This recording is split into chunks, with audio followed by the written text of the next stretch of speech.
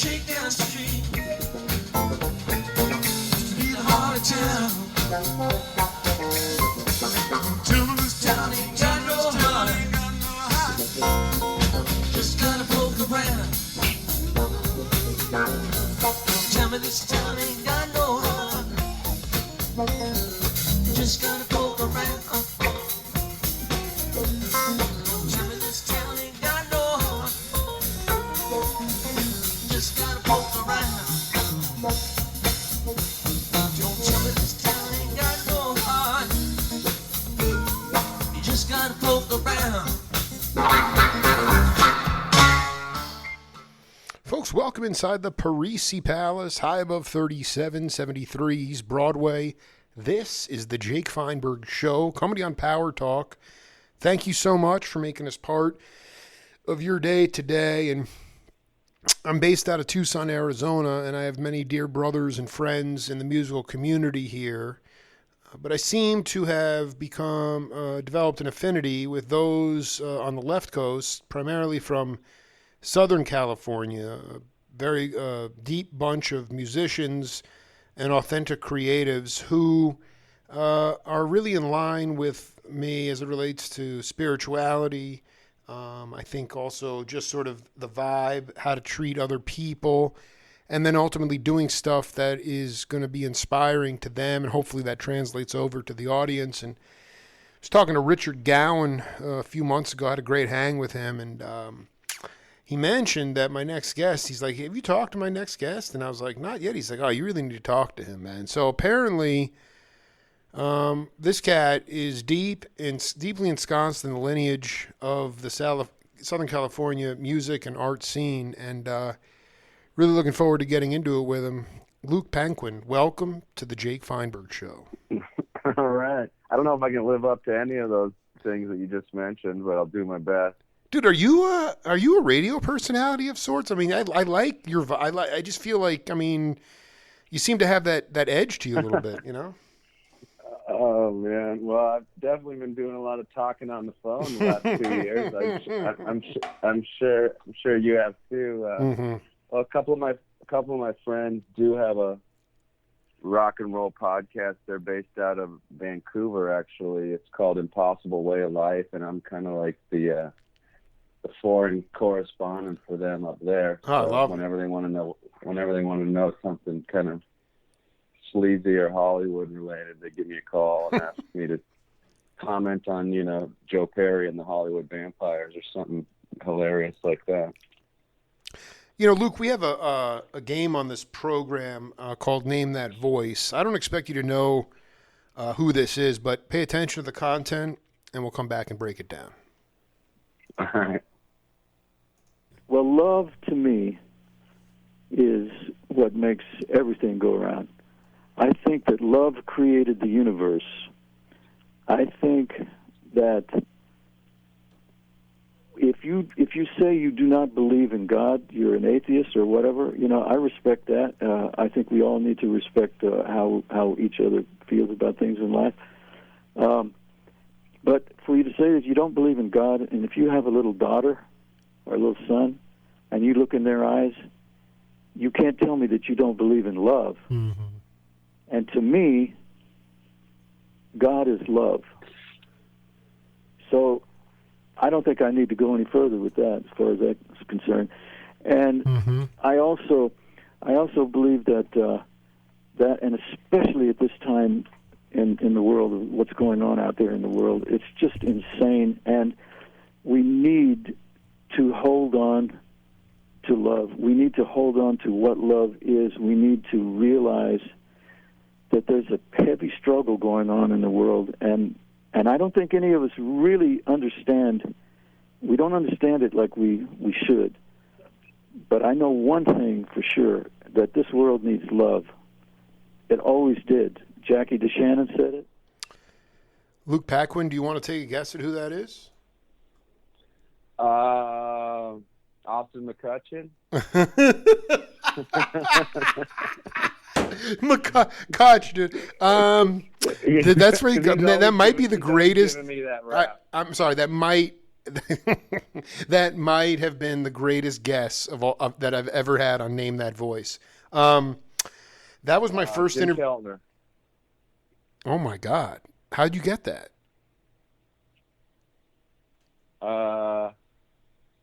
I mean, Oh my. it was my second guess after Kutch, right? Luke, man, you're 1 for 2 with the double to the gap, dude. That's unbelievable, bro. Dude, that was my first interview with Jim Keltner. And the thing is, I'm not a drummer. I'm not a musician. I talk to Keltner almost once a week. He's like a conduit for me. He's not somebody who's dogmatic.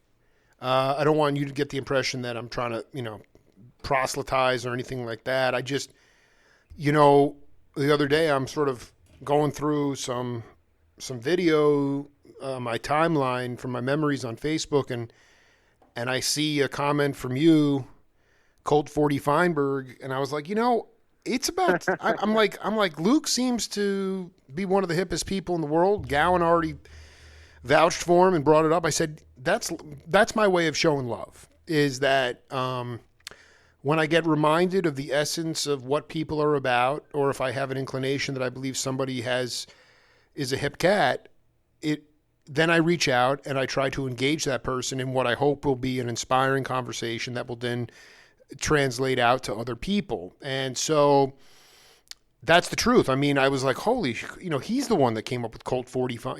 Obviously that was somebody who was on Stern, but still, I do want you to talk about your philosophy about how you, because, a lot of people, they love commodities and they love money and they love toys and yet they're very empty inside.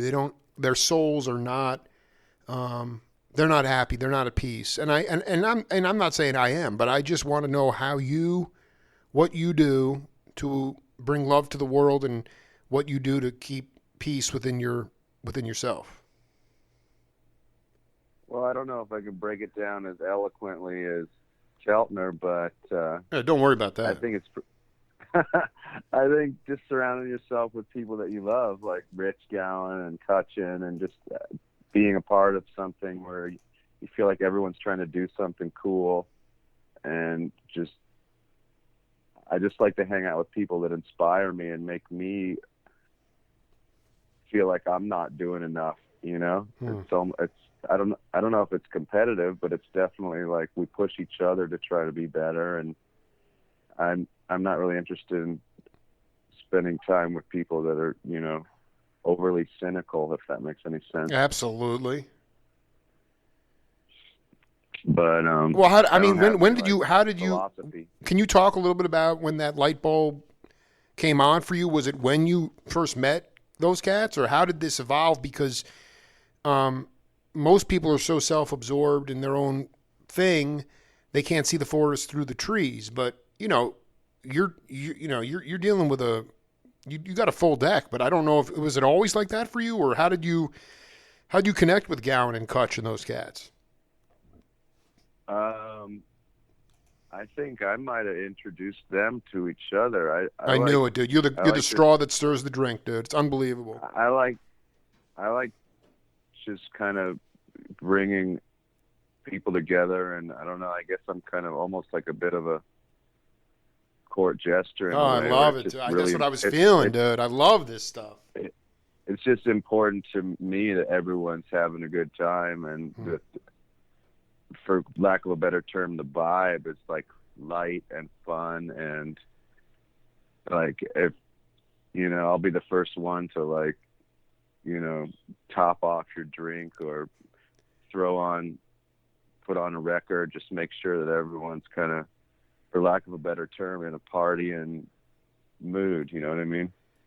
Or if you feel like the vibe is lagging a little bit, you do something to sort of put a spark into it, not where people can get out of whatever state they might be in. I think that's an essential thing, but there's something that comes with the idea of, I don't want to say that pleasing people. That's not what it's about. But sometimes, like my older daughter gets really hung up sometimes because girls in 10th grade pretty self-absorbed. Just in general, human beings are pretty self-absorbed, and she's very, um, she's an amazing leader, but she also sort of expects too much out of other kids who can be cruel and rude and take advantage. And like, when did you get the memo about wanting to be a facilitator of love? I think that's what it's about, you know?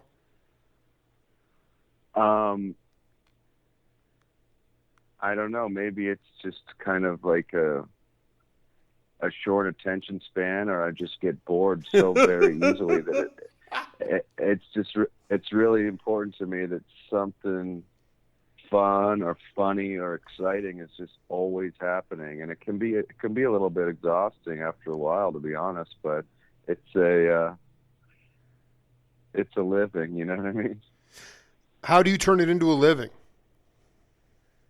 Well, if you're lucky, you can play music and get paid for it, and you know, just make cool stuff and be able to do things that you love and still be able to get by. I mean, none of us are super rich, but everyone I know is getting by on their art, and that's basically the dream that you had when you were a kid, right? So That's it's right. going okay.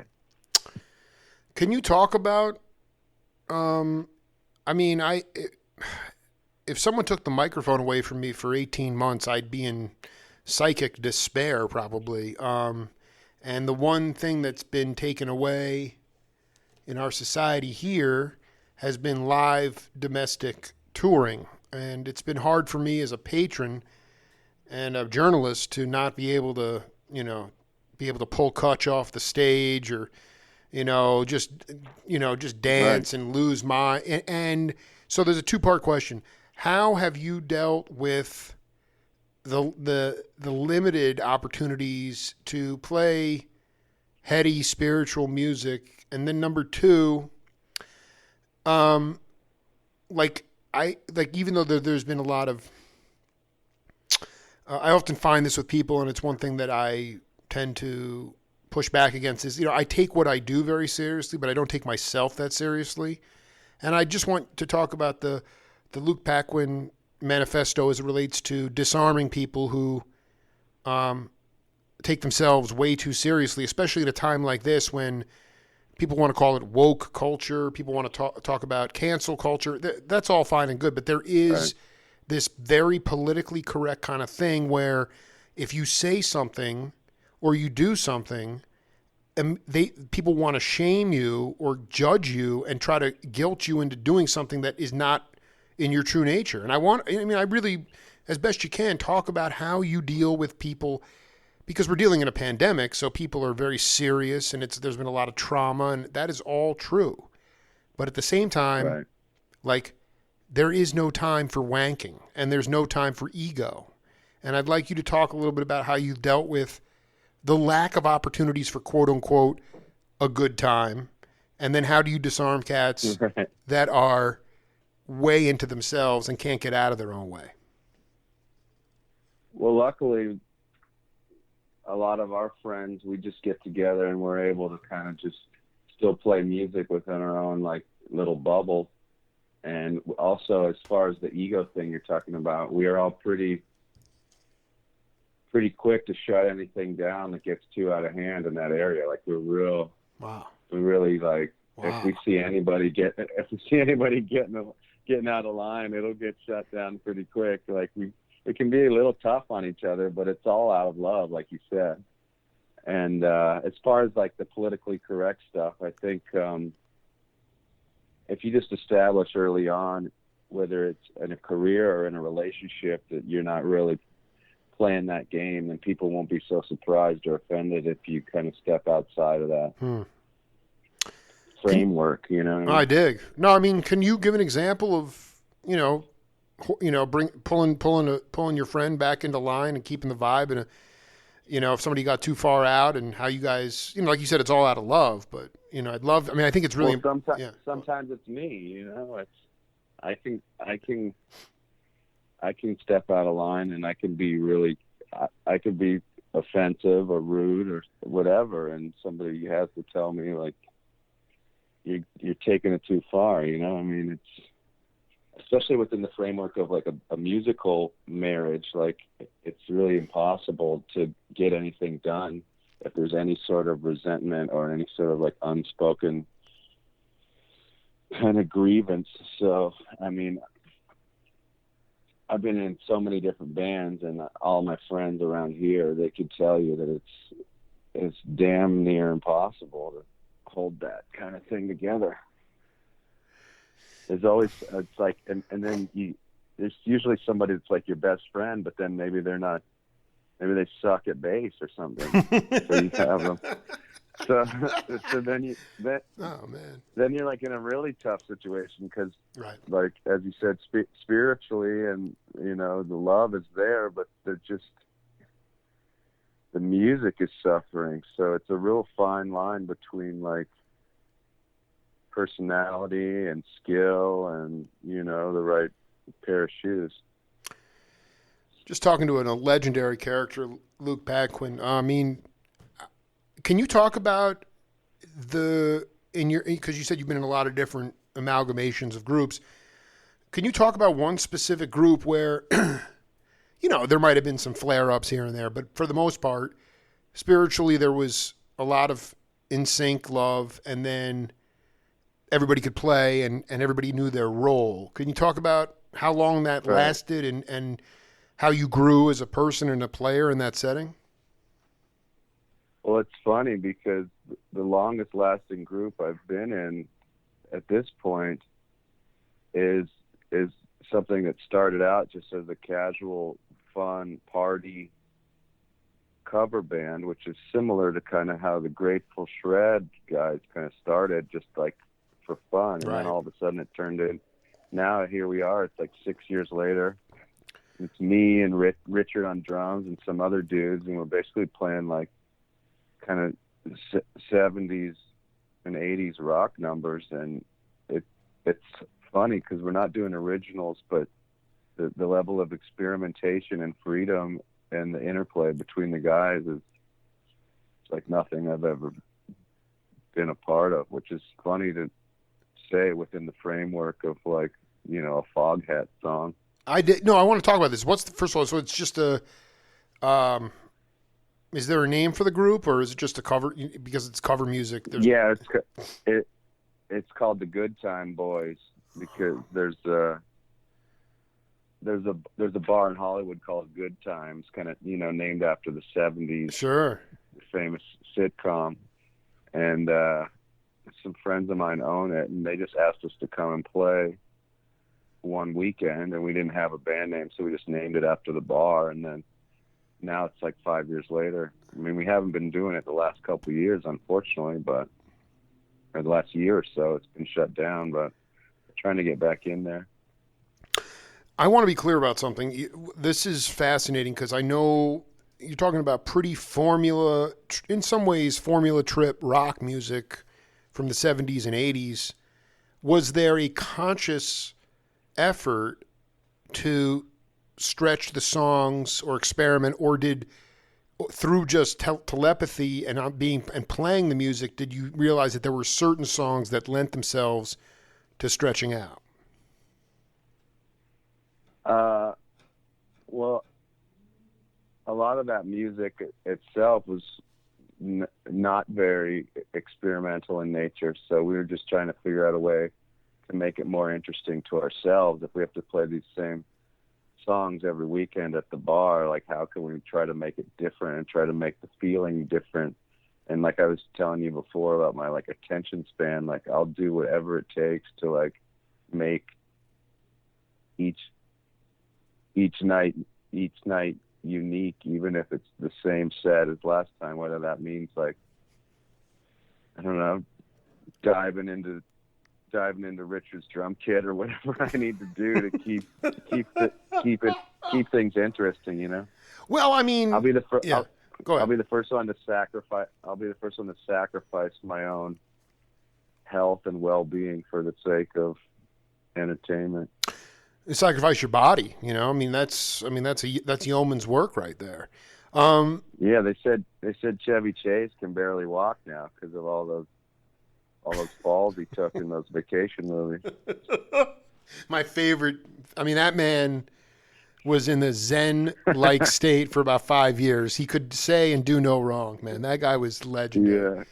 But I mean, is that your music? I mean, you know, when I connected with Luke after I had my Jim Keltner love moment, the first thing he shot back was, "Don't know much about jamming or the Grateful Dead," and I was like, interesting because you know I'm really from the Duke Ellington school of it's all music, and then the subjective part is it's either good or bad. I never saw a Grateful Dead show, although I will be first to admit that I'm obsessed with early '80s live Grateful Dead. That being said, is that your? I mean, aside from diving into Gowan's drum set to get yourself off because you're bored, I mean, do you? I mean, because I mean, Gowan is like, I mean, the guy could be playing. He doesn't like it, by the way. I'm sure he doesn't, but I mean, you know, I'm sure the audience gets a charge. But the thing is, that dude could be a bebopper. I mean, he could just be playing like top end jazz if he wanted to. He has a lot of. Can you talk about your musical pedigree? I mean, are you just choosing to stay within the confines of recognizable music for the audience that comes, or I mean, how big is your bag of tunes, and how what kind of music can you play?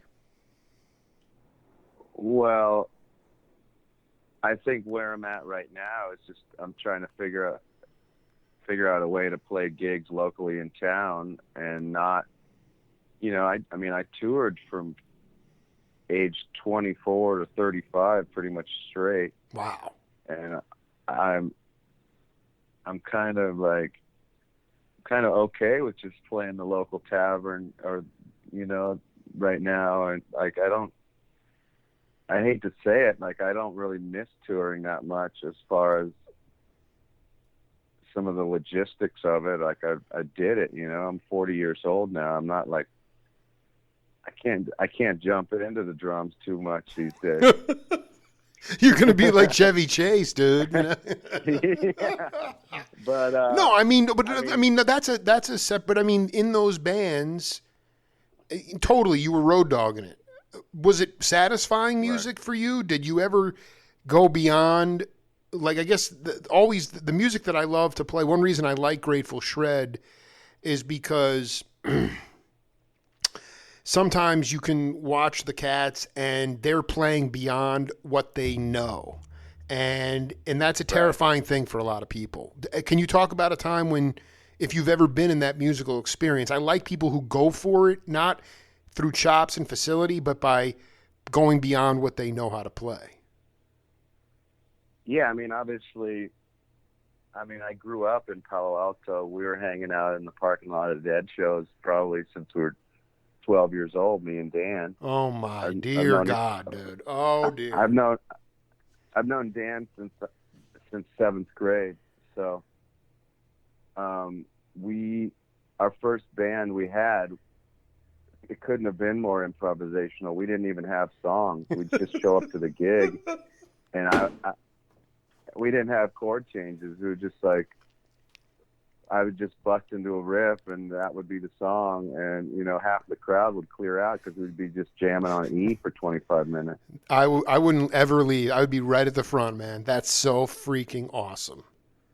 And it was just a 3-piece, primarily instrumental. We called it the Dan Horn Trio. We thought that was funny because, you know, the bass player that doesn't really say much, name it after him. Dude, no bass player ever has had a trio name. It's always been like Bill Evans or like, and now you got Dan Horn Trio, dude. That was like our first high school band, and it was probably the most fly by the seat of your pants. I mean, we would go to like Stanford, KL, whatever. I don't remember the station, and they'd say, okay, you're doing a live session. You got a 45-minute set.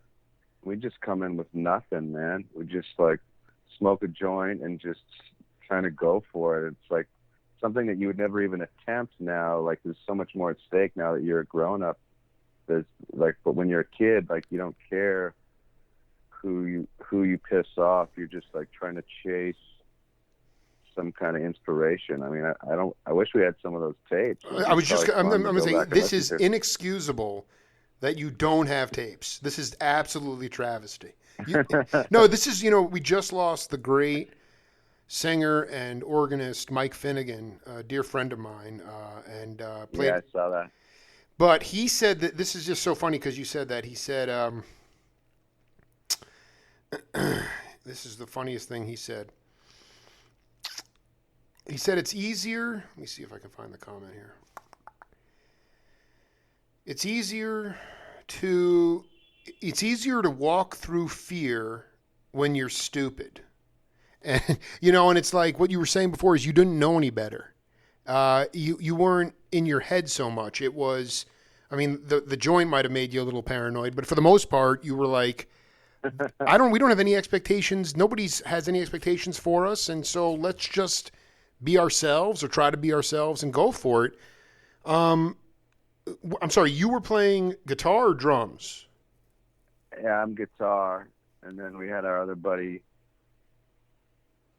He actually went by the name Demon, kind of similar to Animal from the Muppets. Totally, dude.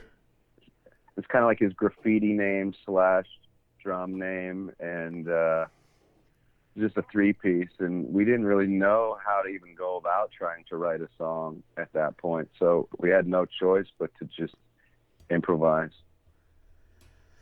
The Dan Horn Trio, Palo Alto. So were you privy to the high school assembly when Max Roach asked for a bass player and Dan Horn went up and played with Max Roach?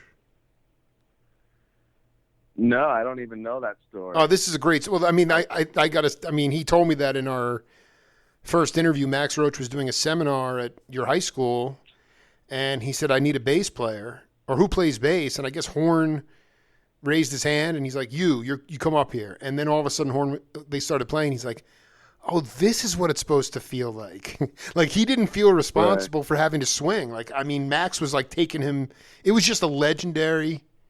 Because also Horn was, were you with him when that neighbor kept yelling at him, turn that shit off with like Led Zeppelin and all the metal rock? And I don't know, to me, you guys, how much of it was osmosis up there? Not that you were a deadhead, but just the idea of having the gall to be able to go into a studio.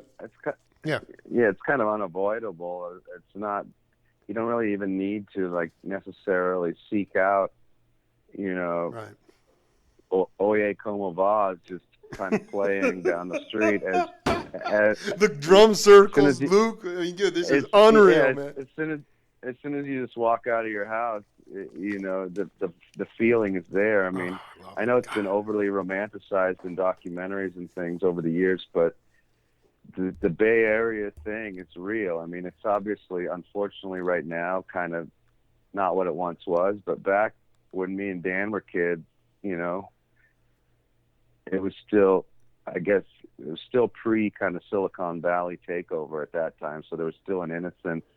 There was still kind of like a purity to the whole Bay Area way of life, But obviously when me and Dan were kids, it was more about like Primus and, Mike Patton and Faith No More and Mr. Bungle and stuff was the cool stuff when we were that age, which obviously to me has a major lineage to the 60s stuff.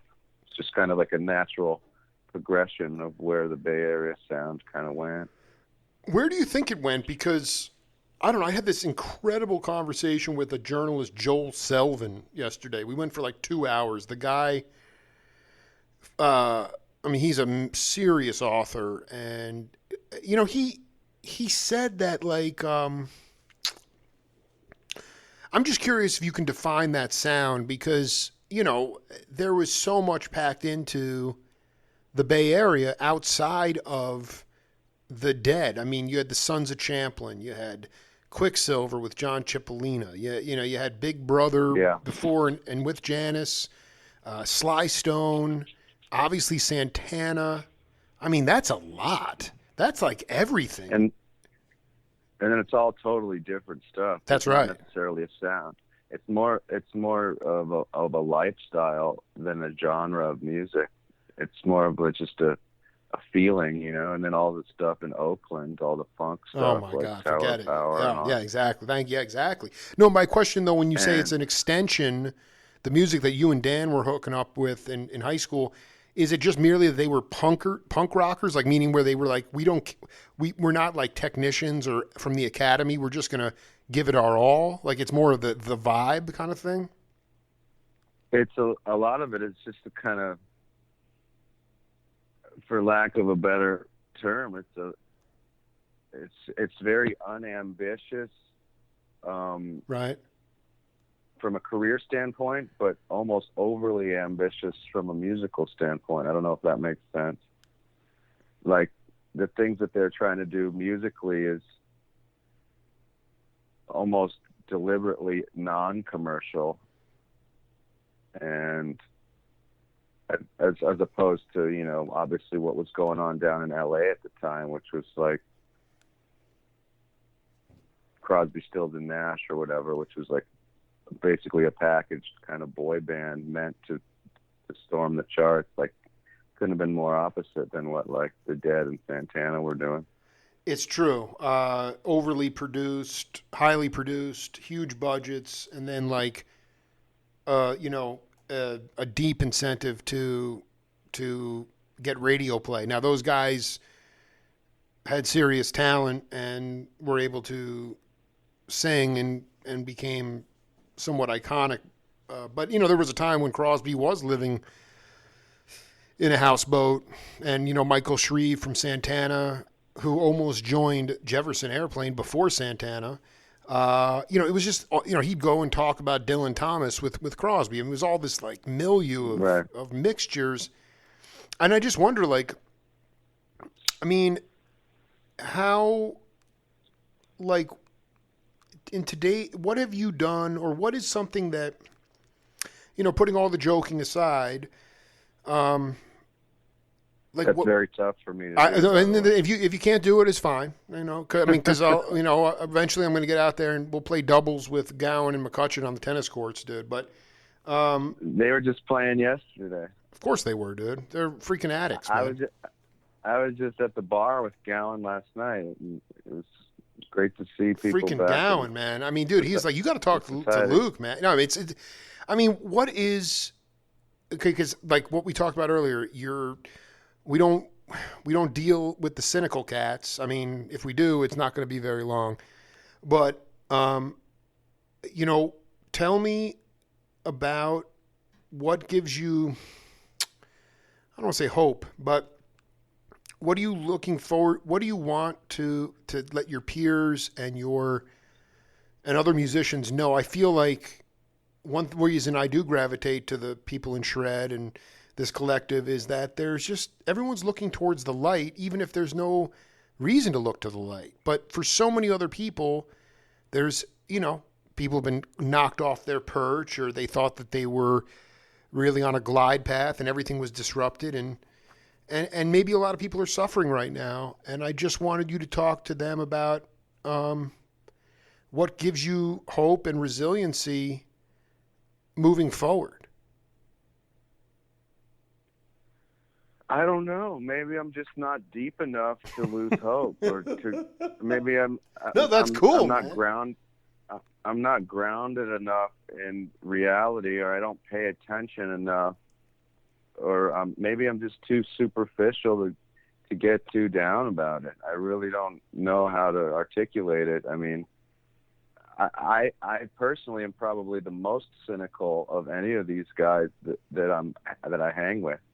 So I don't really have to worry about, like, talk about, like this morning I woke up and Clay from Apache was snooping around my garden, like stealing tomatoes or something. Dude, that would make my year, dude. That would make my year, bro. Forget it. It's over, dude. I didn't even say what's up to him. I don't know if he even knew that I was here, but he was snaking in the grass through getting the tomatoes. Yeah, he knows the gate code.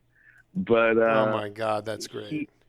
He's the most positive, non-cynical. Like, if I even bring up something even remotely, what I guess in his surfer lingo would be considered like a buzzkill, he he just shuts it down right away and lets me know, like, right then, like, that's too much, you know? And then I snap out of it and I realize, yeah, that's, you can't go down that rabbit hole and fall into this, like, woe is me and the world is ending, even if that might actually be true.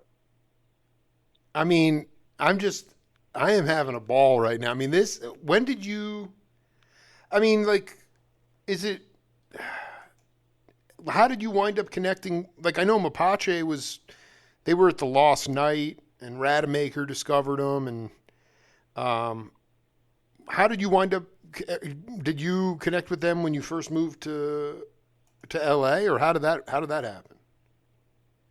I think they were recording one of their early records with Dan, and I met him just at Dan's studio. This is before they were doing anything together, or there was no Grateful Dead cover band at this point. It was just Mapache, kind of the early. Those kids, they must have been like 19 or something when I met them. Holy cow! I just remember, like, thinking, this is what I need. Like, this is my, like, Everly Brothers. Like, these guys are these guys are fucking just, like, the ladies are always asking me about Sam and Clay. Oh, dude, I mean, they're just, and they're so unassuming and, like, yeah, I mean, and then Clay, though, likes to be a prankster too. Obviously, he's snooping through your garden and getting tomatoes this morning. I mean, it's unbelievable. Yeah, he's similar to me in the way that it's important for him. He likes to create a really good atmosphere. Like, I remember one night, speaking of my buddy Johnny, who I was telling you about, he does that podcast up in Vancouver. Sure. Mapache was up in Vancouver, and they were all hanging out, like, after the show. I mean, obviously there's probably a few, you know, party favors involved in the decision making. Of course.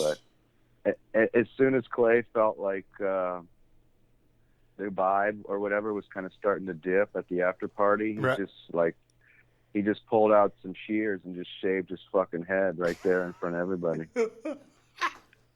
And he had the most beautiful, like, long blonde locks, you know. He's just like, this is just what needs to happen right now. Dude, everyone's just like, everyone's like, oh my God, they were completely altered by somebody yeah, it's symbolic of just who he is as a spirit, you know. Totally. I have another name. Luckily, he's such a beautiful man that he could pull it off. I don't think my head shape was right for that personally. I mean, the man he's beyond this world, and we're so lucky to have him. I have another name, that voice for you. Take a listen. We'll come back. And the Holy Spirit is there all the time, but there's a little phrase I use: the chosen of God are the people who choose God. You're not chosen by some spirit on the outside that says, you know, lo and behold, you're the one. Or you're one of the 444,000 that have been chosen. The ones who choose, the ones who say, Holy Father, I believe, I know you're there, I feel your spirit, I reach out to you. When you reach out, the Spirit reaches back. I tell people God is waiting. God's always been there. God's not going anywhere, but God is waiting.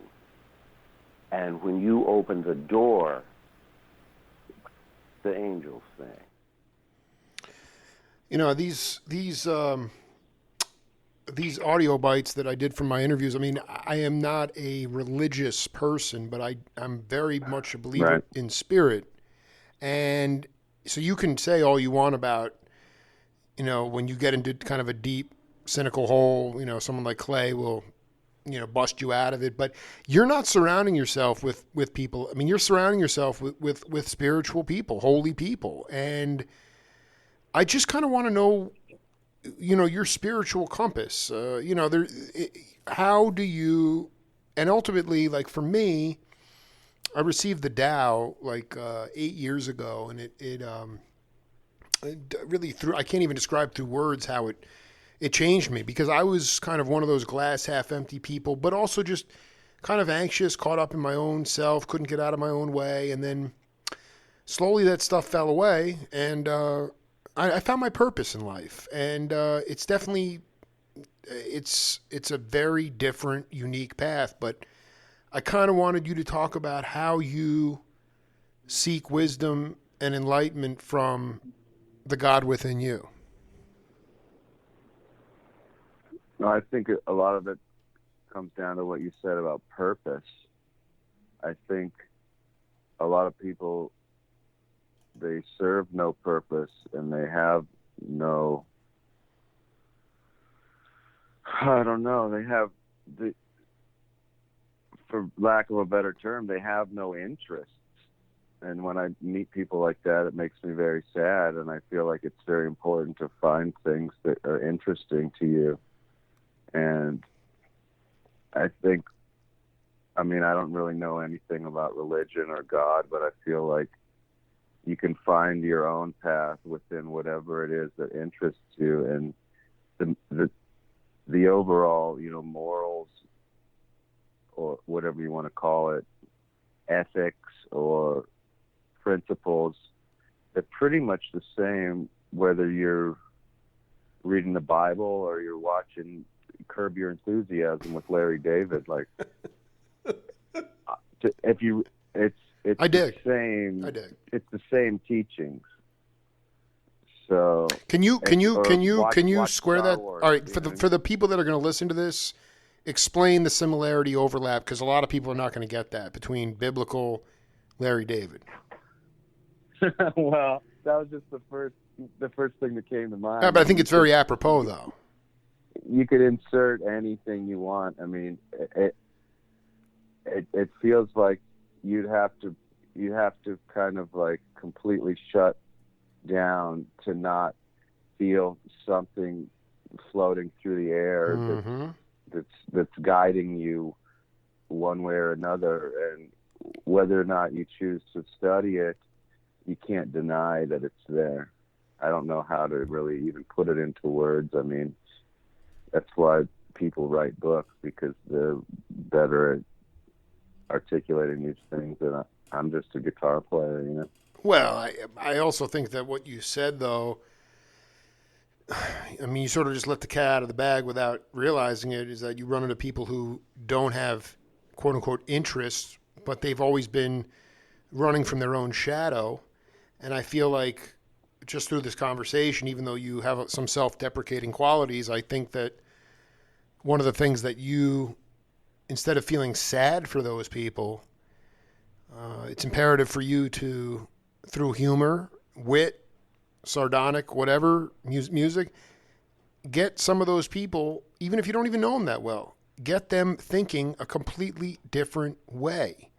So instead of feeling sad for them or this and that, help them realize that there actually are these avenues to plug into the spirit. You're talking about spirit, you're talking about unquantified. Everyone wants to quantify things, but it's like, what are you talking about? You get 14,000 downloads on Spotify and you get 14 cents? So, it doesn't work.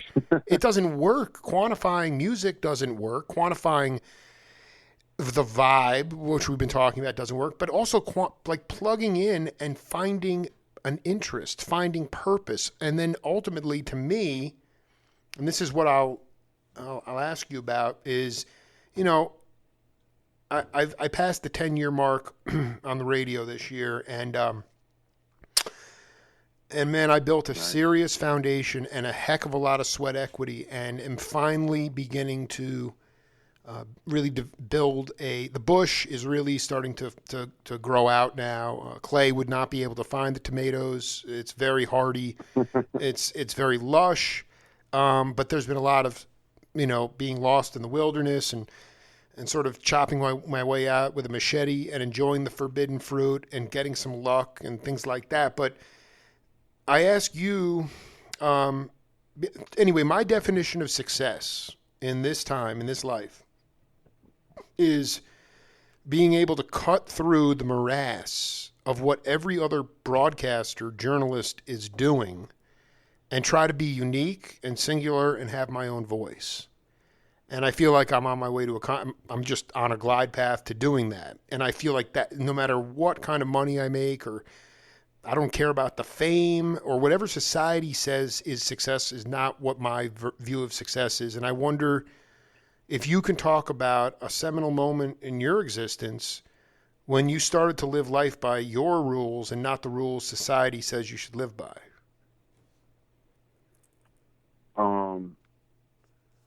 Well, first of all, I will say I've listened to a few episodes of your podcast, and the Colt 40 Feinberg is... Dude, Colt 40 Feinberg is the greatest name I've ever... I never heard anybody give me a better... It's a bummer that somebody got it first, though. It's just the greatest name I've ever heard in my life. And you hit me, too. Well, that was in the 90s, I think you can take it now. That guy's long gone. Okay, I'm going to take it. That was you, man. That's the love. That's Keltner right there. I saw you. Yeah. You're the one. Anyway, thank you for acknowledging the uniqueness of because that's what I try to get after. I try to make it meaningful. Yeah, man. I don't know. I think I got lucky. It's kind of like what I was talking about earlier, when just a time that I grew up and a place where I grew up, like individuality was something that was kind of like, it was just like really a nurturing, like I never realized until like I got out into the real world later, quote unquote real, yeah. that there was places where they didn't encourage young kids to be themselves, and like totally. I guess just the way that my parents were and the friends that I decided to, like, I don't know what it was in the water down in Palo Alto in the 90s, but everyone that we grew up with is either like a really successful artist or has killed themselves, so really special guys. My second book was on the Merry Pranksters and Wavy Gravy. That was part of the book. And so I went back and interviewed Babs and Walker and Mountain Girl. And I even got to guys like Vic Lovell, who had Ram Dass as a psychiatrist. Perry Lane was full of intellectual geniuses and artists, experimenters. I couldn't think of a more nurturing, I think that's the right word to use, kind of place for you. How, I guess maybe that's the point, is that, so once you get out there and you realize that not every place is like that, Luke Paquin is essential, because you can now nurture those who have never, ever felt that stuff before. That's what I'm trying to get at, is like, it's important to access your multidimensional self, and then all of a sudden the music becomes stronger, the humor becomes more relevant, and all the stuff you've talked about, like, I feel like you have a lot of chapters left to live in your life, but it's all based on like what your view of being successful is. And I think that is essential. Being yourself, cutting through have you made a concerted effort through your time as a musician to how have you found your voice on the instrument? Not that you're John McLaughlin playing 20-minute Mahavishnu tunes, but what makes you unique on the bandstand? Like, even like Clay, with Clay, he's not out there like, look at me. But when he plays, it's him. Same thing with Sam. So it's like, oh, I love their style. Yeah, man, and it's them. It's just can you say that you play yourself, or do you still feel a need to? I don't know what the right word is, or are you still working on that? Well, we have like a running joke kind of around here where you say like, I'm not me yet. Yes. I will be. You know what I mean? Yeah, I'm getting there. No, it is the forever journey. So where are you at this point? I mean, because I think you're right. I mean, I shouldn't say that anybody ever figures it out, but how comfortable are you with?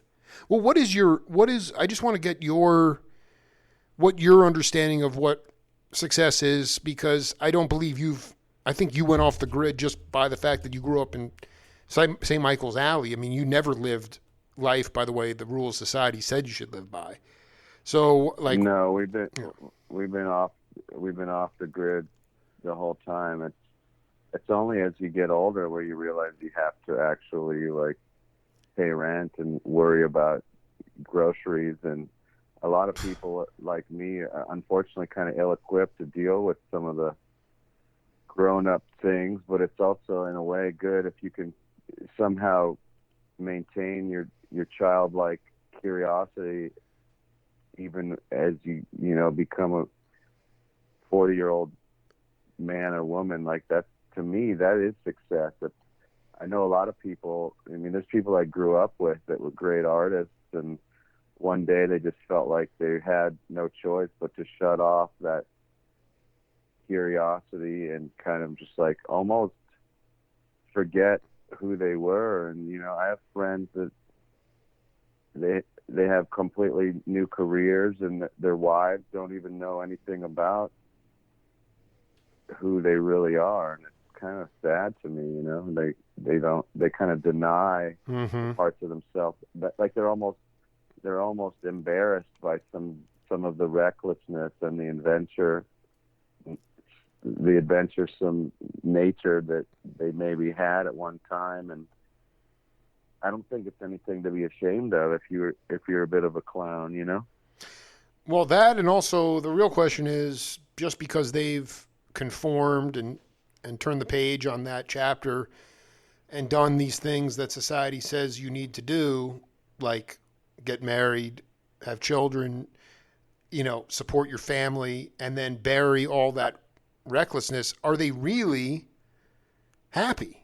And if they are, then that's cool. But I mean, are they really at peace, or are they just because they feel compelled to live life by the rules that society says? That's the key. I mean, if they're getting along and they enjoy that domesticity, I just know after 13 years of marriage and 2 children, I mean, my kids are my teachers, but I mean, after a while I was like, this is not feeding my soul anymore. And it was cathartic for me. But yet so many people are petrified about kind of breaking away and being able to breathe again and live again because of the pressures and the stigma and the bullshit that society says. And that's really the question, is like, are your friends that you speak of, are they really happy now in their quote unquote new life?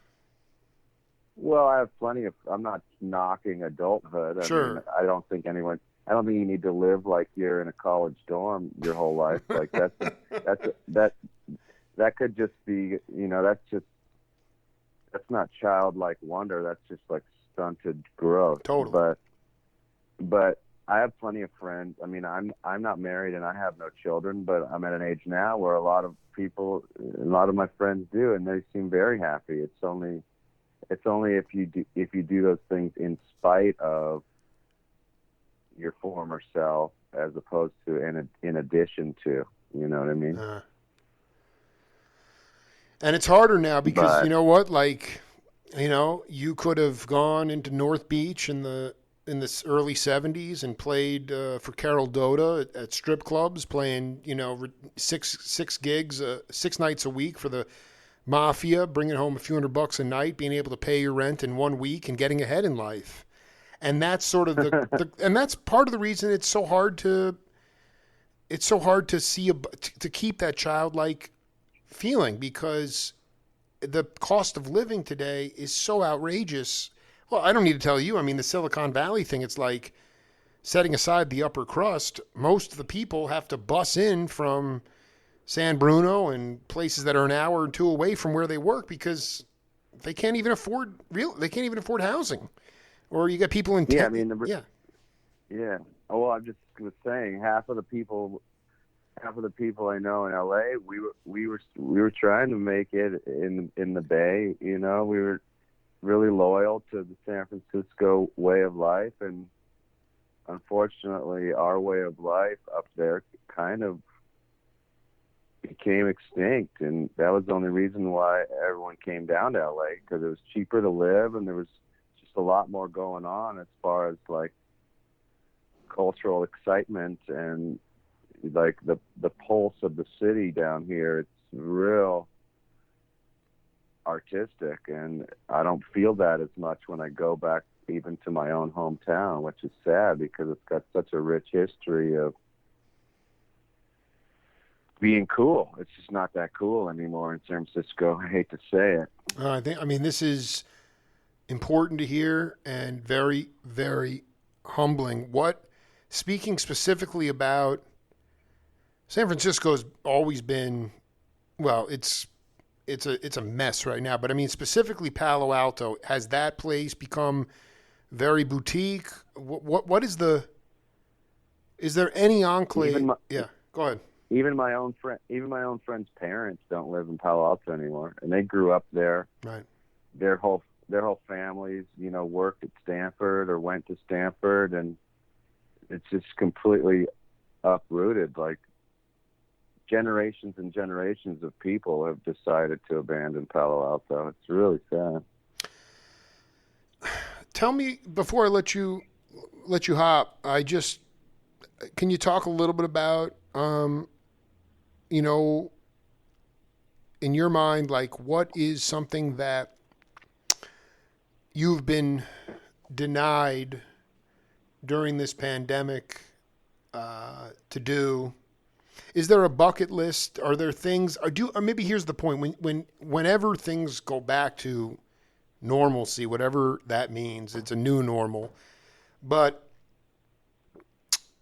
do you feel like you're talking to a comedian here? This could be an interesting question, but do you have a different perspective about even just being gratitude about being on the bandstand? I mean, you said last night you and Gowan were at the bar. It was just nice to see people's faces hanging out. But do you feel like you'll have a renewed sense of fill in the blank when things sort of open up again? I mean, it just seems like we got whiplashed because we were moving towards some kind of reopening, and now everything's back to some sort of nebulous state. But I just wonder, right, from your own point of view and your own cultivation, because like you said, we're not John Belushi. I mean, he was like the one guy who like got stunted and never grew up, and that was cool. You know, he never got out of the dorm phase.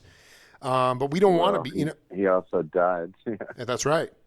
But, you know, for you to keep growing, what are some of the renewed things that you will take back with you when things go back to normal, like when you can get back consistently playing music, or basically just getting back to consistently deciding what you want to do without fear of all this insanity?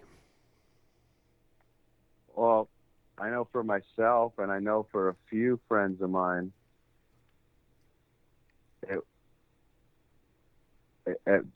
at the beginning, it was actually kind of a welcome break. Totally. Totally.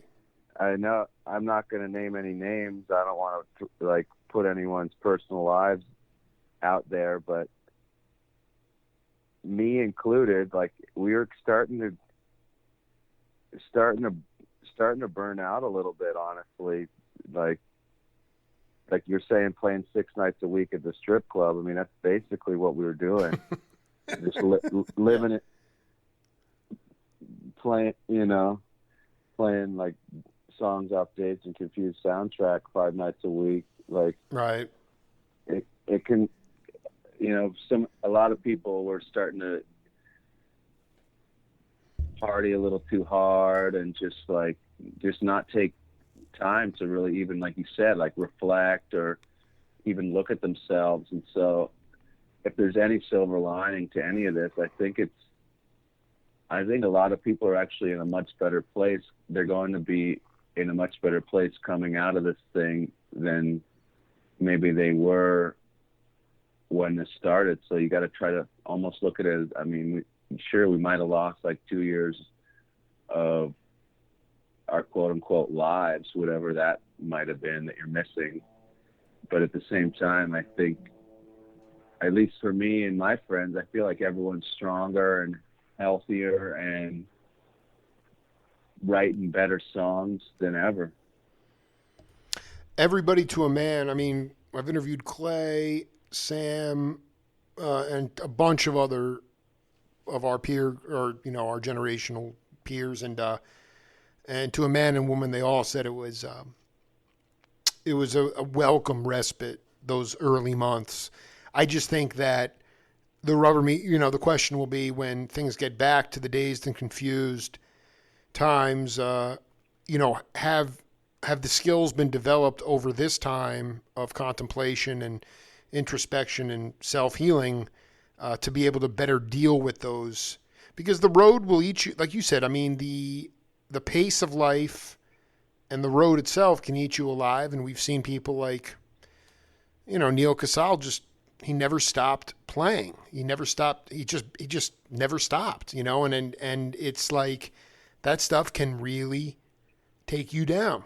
And so the question is, hopefully, that through this extended pause, that people will be able to do other things on tour and for self-preservation, other than snorting coke or doing whatever. But I don't know when that day is good. And I think that's the thing. I mean, if you can just keep the anxiety in check, I don't know what it would be like. I mean, it's so hard for me not to be able to go see live music consistently and really just develop a lot of expanded consciousness from that. And so that's just, yeah. I mean, like, yeah. You said like, what, I guess part of your question was kind of like, what have you been missing out on? Yeah. And obviously, I think it's the same as kind of what you're saying. It's just people, Yeah. Just I'm a social person, and the way that I like keep my heart full is just by being around people that I love. And I'm so used to being out there and just kind of like mixing it up out on the streets, wandering the streets late at night with friends and just telling stories and laughing. And I just really look forward to getting back to that again, because I miss my buddies. Luke Paquin, this was an amazingly enjoyable conversation. You have a lot of energy, attitude, and vibe we need that sort of nonconformist, whirling dervish energy more than ever, whether people want it or not, whether people they don't even know. People need to be pushed out of their comfort zone more than ever, and you are a vital person to do that in your own ways. But just stop diving into Gowan on the drum set. I know he's probably just it's old news now. Yeah, let's keep it within reason. You don't want to end up like the next Joaquin Phoenix Joker or something. No, I'm just saying. But I mean, dude, street scene, culture. I mean, some of the stuff there is no rule. There is no playbook anymore. I mean, I think that you, of anybody having the balls to go out there and sort of stir things up, I just think you kind of got to say, okay, that's a crazy idea, and then say, oh, wait a minute, that's perfect. Nothing should be off the table anymore because there is no playbook. And as long as you're not caught up in yourself and feeling sorry for yourself, the world is yours, man. So I look forward to meeting you in person when I get back out to the left coast, and we'll dive into some drums together, man. We'll have a ball. I'll play some tennis or something, All right, Colt 40. Colt 40. Luke, man, it's in the books, man. It was a great hang, dude. Thank you, brother. Yeah, man. See you real soon, I hope. Definitely, man. And please give my love to all the beautiful cats out there, man. I also want to say it's not just people. It's like certain people that I need in my life. That's been the hardest part, not consistently being able to be inspired by those people. So, yeah, man, carry on. Keep doing what you're doing, man. It's important stuff. Yes, sir. Be cool. All right. Peace. Peace. Later. It's always enlightening to spend time with my peers. Thanks to Samson Grisman and Luke Paquin. That's it for the Jake Feinberg Show. We'll see you tomorrow on Power Talk.